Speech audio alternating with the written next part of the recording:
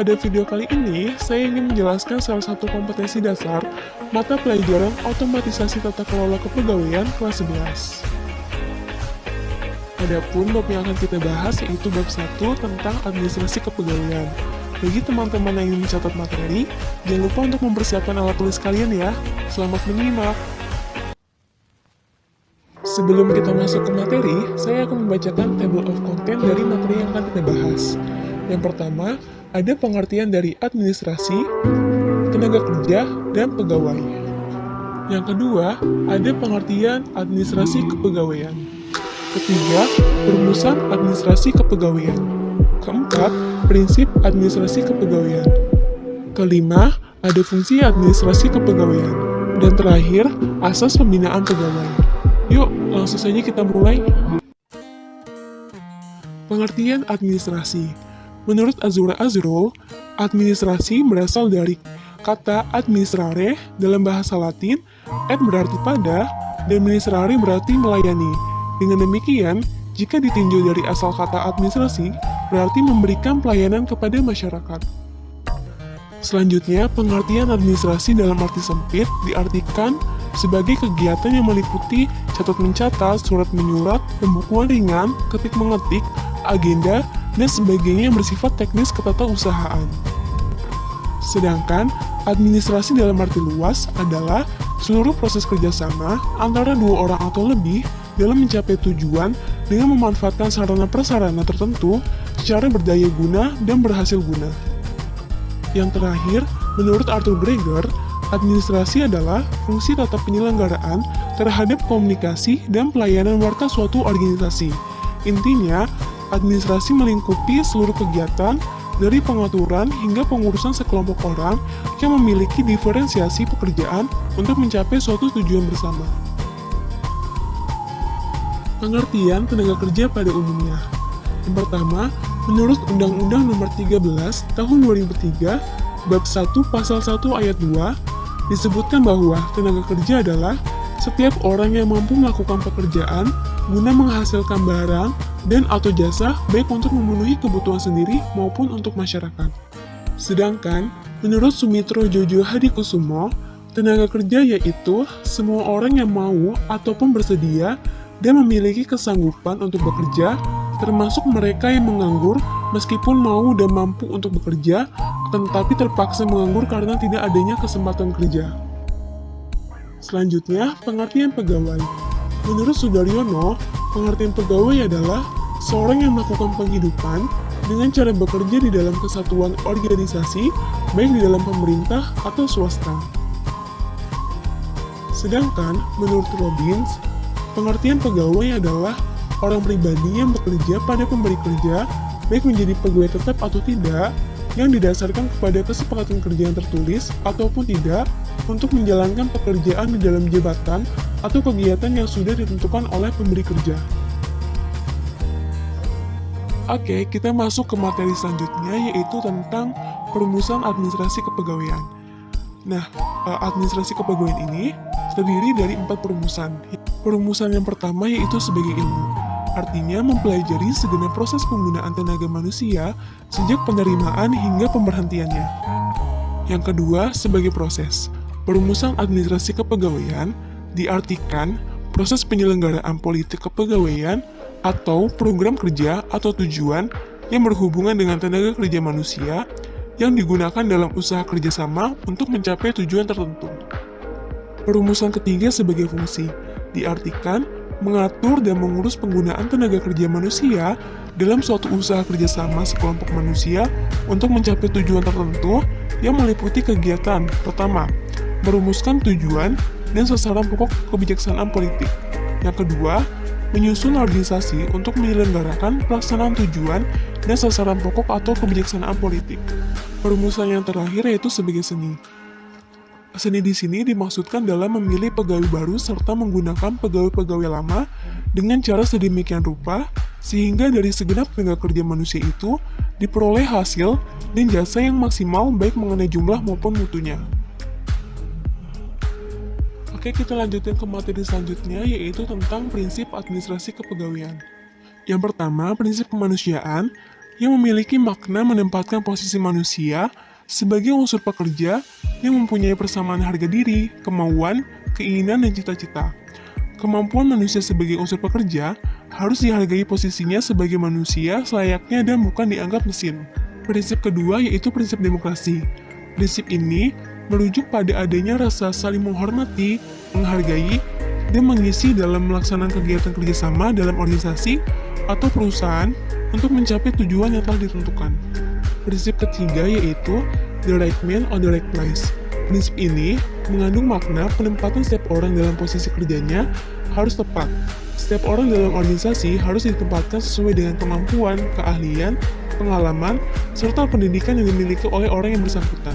Prinsip yang terakhir yaitu equal pay for equal work, yaitu prinsip pemberian balas jasa terhadap tenaga kerja berdasarkan atas hasil prestasi kerja yang didapat oleh karyawan yang bersangkutan. Prinsip ini sangat penting diterapkan untuk meningkatkan motivasi kerja di setiap karyawan.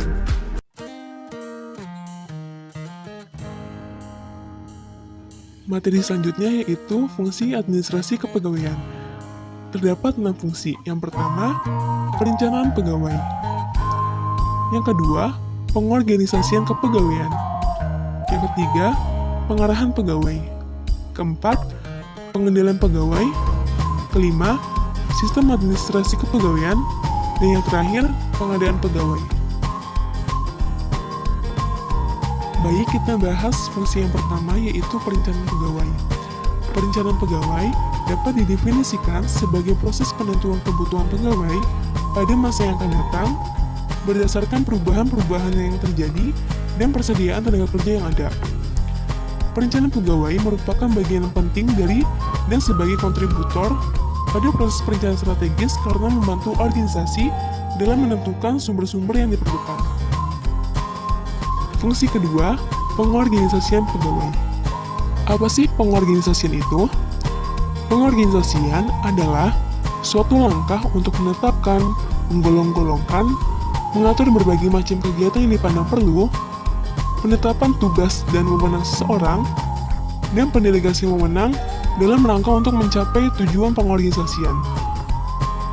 Salah satu akibat dari pengorganisasian adalah terbentuknya struktur organisasi, dan dalam struktur organisasi akan nampak bagaimana hubungan antara satu unit dengan unit lain. Dengan kata lain, struktur organisasi akan memengaruhi aliran kerja, delegasi wewenang dan tanggung jawab, sistem kontrol dan pengendalian, serta arus perintah dan pertanggungjawaban. Oleh karena itu, dalam mendesain struktur organisasi, bagian kepegawaian perlu dipertimbangkan berbagai faktor sebagaimana telah diuraikan dalam kegiatan belajar ini. Fungsi selanjutnya yaitu pengarahan pegawai. Dalam fungsi ini membahas teori dan keyakinan tentang apa yang memotivasi pegawai. Bagi organisasi dengan skala apapun, membuat analisis mendalam tentang apa yang memotivasi setiap pegawai adalah tidak praktis. Dan di sini akan dijelaskan aturan-aturan praktis yang dapat membantu memotivasi pegawai dan meningkatkan kepuasan kerja sebagai berikut. Yang pertama, jelaskan kepada para pegawai apa yang dimaksud dengan kinerja efektif, dan pastikan bahwa mereka mengetahui apa yang diharapkan dari mereka. Yang kedua, pastikan bahwa ada hubungan jelas antara kinerja dan penghargaan atau imbalan, dan bahwa setiap hubungan semacam itu dikomunikasikan kepada para pegawai. Yang ketiga, pastikan bahwa semua pegawai diperlakukan secara adil dan penilaian tentang kinerja adalah objektif. Dan yang terakhir, bila mana mungkin, kembangkan jenis-jenis penghargaan yang berbeda. Tidak semua orang dapat dinaikkan pangkatnya atau dipromosikan, atau perlu dinaikkan pangkatnya. Fungsi administrasi kepegawaian yang keempat yaitu pengendalian pegawai. Pengawasan sebagai bagian dari pengendalian merupakan proses pengukuran dan penilaian tingkat efektivitas kerja pegawai dan tingkat efisiensi penggunaan sarana kerja dalam memberikan kontribusi pada pencapaian tujuan organisasi. Setiap kegiatan pengawasan memerlukan tolak ukur atau kriteria untuk mengukur tingkat keberhasilan dalam bekerja, yang dalam penilaian kinerja disebut standar pekerjaan. Standar adalah suatu kriteria atau model baku yang akan diperbandingkan dengan hasil nyata. banyak jenis standar yang dapat dipergunakan dalam pengendalian kegiatan-kegiatan kepegawaian. Nah, dalam mengendalikan unit atau bagian kepegawaian, pimpinan harus mampu menemukan butir-butir pengendalian strategis yang dapat dipantau berdasarkan penyimpangan. Fungsi kelima yaitu pengadaan pegawai. Dalam kegiatan pengadaan pegawai, ada beberapa hal yang harus dilihat. Yang pertama, formasi yang lowong. Yang kedua, kebutuhan SDM.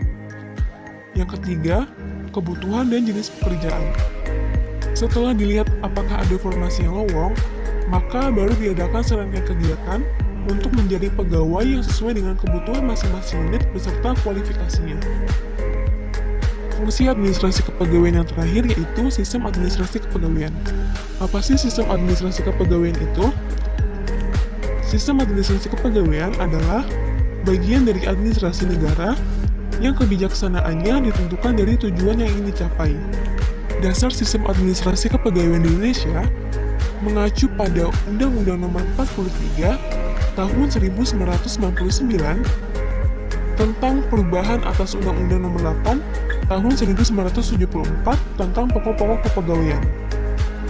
Dalam undang-undang tersebut, dinyatakan bahwa dalam rangka usaha mencapai tujuan nasional untuk mewujudkan masyarakat madani yang taat hukum, berperadaban modern, demokratis, adil, dan bermoral tinggi, diperlukan pegawai negeri yang merupakan unsur aparatur negara yang bertugas sebagai abdi masyarakat yang menyelenggarakan pelayanan secara adil dan merata, menjaga persatuan dan kesatuan bangsa dengan penuh kesetiaan kepada Pancasila dan Undang-Undang Dasar 1945.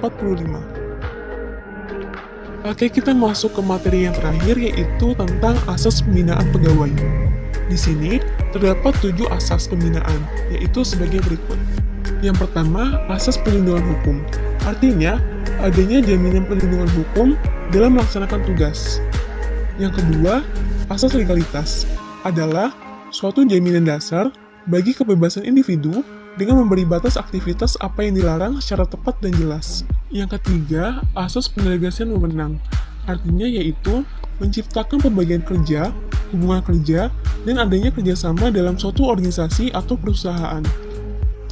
Keempat, asas prosedural, yaitu sesuatu dengan prosedur dari pemerintah yang berlaku atau yang telah ditetapkan. Yang kelima, asas penyelenggaraan kepentingan umum. Artinya yaitu mengharuskan untuk bersikap aktif dan positif dalam penyelenggaraan kepentingan umum atau kepentingan sosial, bangsa dan negara. Yang keenam yaitu asas profesionalitas. Adalah asas yang mengutamakan keahlian yang berlandaskan kode etik dan ketentuan peraturan perundang-undangan yang berlaku. Asas yang terakhir yaitu asas akuntabilitas, yaitu harus bertanggung jawab atas pekerjaan yang dikerjakan. Sekian pembahasan materi administrasi kepegawaian yang dapat saya sampaikan.